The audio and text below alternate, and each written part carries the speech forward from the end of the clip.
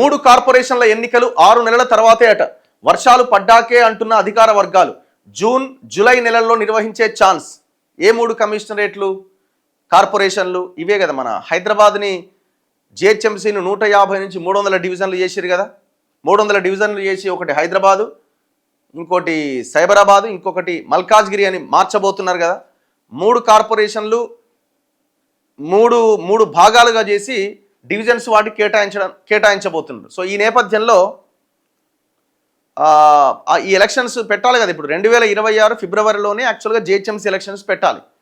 అప్పటికి టెన్యూర్ అయిపోతుంది. ప్రమాణ స్వీకారం చేసి ఆనాటికి ఫిబ్రవరి 2026కి 5 years అయిపోతుంది.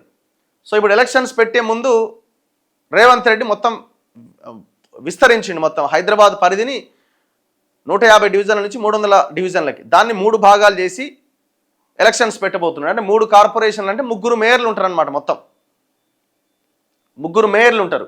సో ఇది ఒక మినీ సంగ్రామం కాబోతున్నది. అయితే ఈ ఎలక్షన్ ఇక చూసి రైట్ టైంలో పెడతాడు. ఎందుకంటే ఇది ఇక ఆల్మోస్ట్ తెలంగాణ ఎలక్షన్ జరిగిన రేంజ్లో ఉంటాయి ఎలక్షన్స్. 3 కార్పొరేషన్, మరి 3 కార్పొరేషన్లు ఒకేసారి పెడతాడా, ఒక కార్పొరేషన్ పెట్టి ఇంకో కార్పొరేషన్ ఆగుతాడు అనేది చూడాలి, ఆలోచిస్తున్నాడు. అంతకుముందు రాష్ట్రంలో మిగతా మున్సిపాలిటీలు కార్పొరేషన్ల ఎన్నికలు ఫిబ్రవరి తొలి వారంలో 117 మున్సిపాలిటీలు 6 కార్పొరేషన్స్లో ఓటర్ల జాబితా ప్రచురణ ప్రక్రియ షురూ అయిందట. అంటే ప్రింట్ చేస్తున్నారు ఓటర్ల తుది జాబితాని.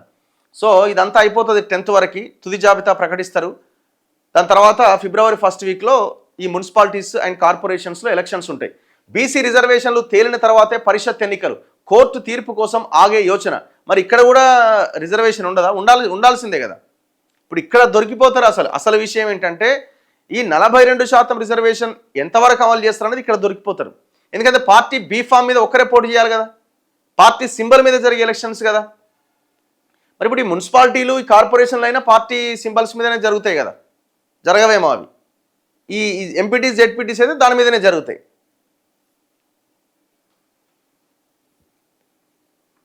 అవి కూడా పార్టీ పరంగానే జరుగుతాయి. ఇప్పుడు కార్పొరేషన్ ఎన్నికలు ఎట్లా జరుగుతాయి? పార్టీ పరంగానే జరుగుతాయి.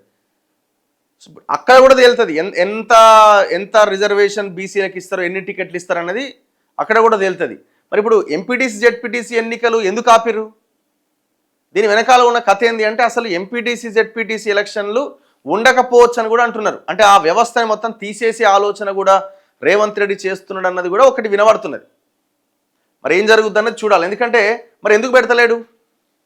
పెట్టేయచ్చు కదా. మున్సిపల్ ఎలక్షన్స్ కంటే ముందే పెట్టాలి కదా. ఇవి గ్రామ పంచాయత్ సర్పంచ్ ఎలక్షన్స్ పెట్టిన ఆయన ఎంపీటీసీ జెడ్పీటీసీ ఎందుకు ఆపుతున్నాడు? మున్సిపల్ ఎలక్షన్స్ ముందెందుకు తెచ్చిండు? అసలు ఈ ఎంపీటీసీ జెడ్పీటీసీ కనుక ముందే పెట్టుంటే అయిపోయేది కదా. రీజన్ ఏంటి? చాలామంది ఏమంటున్నారు, కొంతమంది అంటే మనకున్న సమాచారం ప్రకారం అసలు ఈ వ్యవస్థనే ఎత్తేసే ఛాన్స్ ఉండొచ్చు అన్నది ఒక చర్చ. ఎంతమంది గుండెలాగిపోతాయో పాపం, అందరు రెడీగా ఉన్నారు పోటీ చేయాలని. అనుకోకండి, చర్చ అయితే ఉన్నది. ఇది కోర్టు తీర్పు, ఇదంతా ఏదో ఎంత ఉత్తది ట్రాష్. ఇది కోర్టు తీర్పు, రేవంత్ రెడ్డి లెక్కలు వేరే ఉన్నాయి. గ్రేటర్ హైదరాబాద్ను పునర్వ్యవస్థీకరించి ఏర్పాటు చేయబోతున్న 3 కార్పొరేషన్ల ఎన్నికలను వర్షాలు పడ్డాకే నిర్వహించాలని ప్రభుత్వం నిర్ణయించినట్టు సమాచారం. ఔటర్ రింగ్ రోడ్ లోపల ఉన్న ప్రాంతాన్నంతా గ్రేటర్ హైదరాబాద్తో కలిపి 3 కార్పొరేషన్లు చేసే దిశగా ప్రభుత్వం ఇప్పటికే వేగంగా అడుగులేస్తున్నది. సెంట్రల్ హైదరాబాద్, సైబరాబాద్, మల్కాజ్గిరి కార్పొరేషన్లుగా వీటిని ఏర్పాటు చేయబోతున్నది. వీటి పరిధుల విషయంలో ఇప్పటికే స్పష్టత వచ్చింది. ఈ 3 కార్పొరేషన్ల ఏర్పాటు ఫిబ్రవరి చివరి నాటికి కానీ మార్చిలో కానీ పూర్తవుతుంది. మరోవైపు గ్రేటర్ హైదరాబాద్ పాలకవర్గం పదవీకాలం కూడా ఫిబ్రవరిలో పూర్తి కాబోతున్నది. అయితే 3 కార్పొరేషన్ల ఏర్పాటు ప్రక్రియ పూర్తయినా పునర్వ్యవస్థీకరించిన పోలీస్, విద్యుత్, town planning, traffic, water works తదితర విభాగాలు కుదురుకోవడానికి కొన్ని నెలల సమయం పడుతుంది. ఈలోగా వేసవి వస్తున్నది, అంటే ఎండాకాలం. అయితే వేసవి కాలంలో కాకుండా కొంత వర్షాలు పడ్డాక ఎన్నికలు నిర్వహిస్తే ఫలితాలు బాగుంటాయన్న ఆలోచనలో సర్కారు ఉందని సమాచారం. ఈ క్రమంలో ఎన్నికలు జూన్ జూలై నెలల్లో జరిగే అవకాశం ఉన్నది. ఈ 3 ప్రతిపాదిత కార్పొరేషన్లకు మినహా రాష్ట్రంలోని అన్ని మున్సిపాలిటీలు, కార్పొరేషన్లకు ముందే ఎన్నికలు జరగబోతున్నాయి. ఫిబ్రవరి 1st వీక్లో ఈ ఎన్నికలు జరిగే అవకాశం ఉన్నది.